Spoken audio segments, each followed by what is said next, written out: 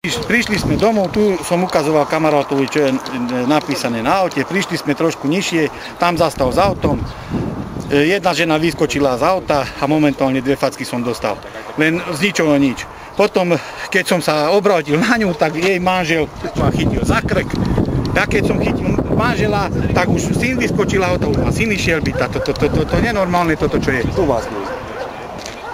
Tak všetci traja. Ale kto to boli?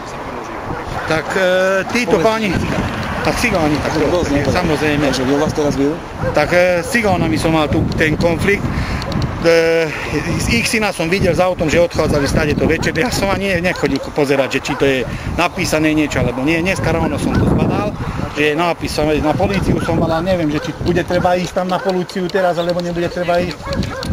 Už je pofotené, hej. A nejaký zápis, alebo také niečo?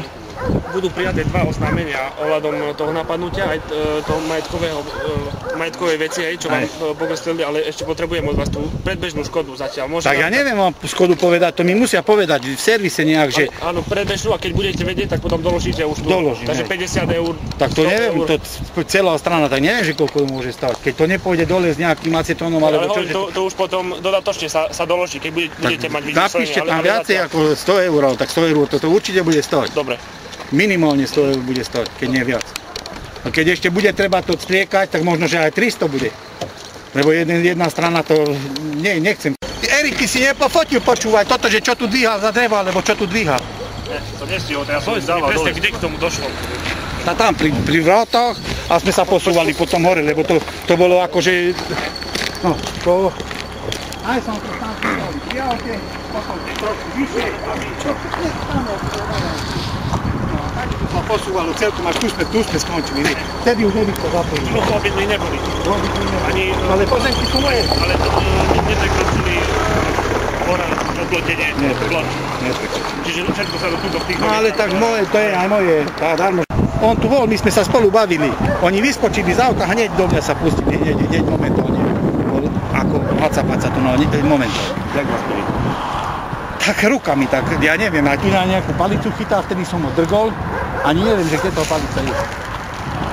Neviem, skade to zobral zo zeme. Erik, ty nevidíš to drevo, čo mal v ruke vtedy? Nie, tam oni tu prátali všetko potom. Čo si myslíte, ak by to dopadlo, keby to nebolo? Keby tu nebolo, bolo by veľmi zle zo mňou. Veľmi zle by bolo zo mňou. Ja neviem, že či človek v dnešnej dobe tu hlásajú všetko možné, že sa povie všetko, môže sa povedať, môže človek povedať svoj názor, môže všeličo možné akože vykonať podľa ústavy, môžeme mať vlastniť pozemky, aj užívať pozemky, aj nakladať s tým, jak treba. A keď príde na lámanie chleba, tak potom my nemôžeme nič, všetko môžu len cigáni. Treba im dávať cukor, múku, všetko možné im treba dávať zadarmo peniaze, aj tento v živote ešte nerobí. V živote ešte nerobí. A čo vám spôsobili? Vidíte, že to máte nejaké zranenie na kraji? Tak ja neviem, tak budem musieť ísť na nejaké lekárske vyšetrenia. Na to, ako to vyzerá? A nejaké lekárske vyšetrenia, a ešte aj ruku mám, neviem, že čo s tým je, možno tak s tou palicou, jak som dostal po ruke. Neviem, že čo s tým bude, tak potom mi ukážu, že fotky, alebo čo bude z toho, neviem. Že ako